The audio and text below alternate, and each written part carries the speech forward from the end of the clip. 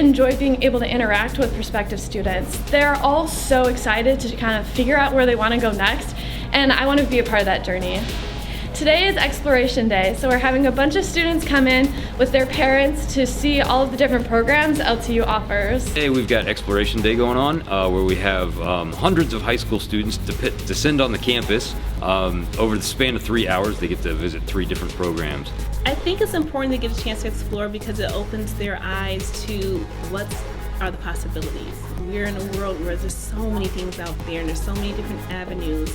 And here at Lawrence Tech University, they have the opportunity to look at engineering, business, and now nursing.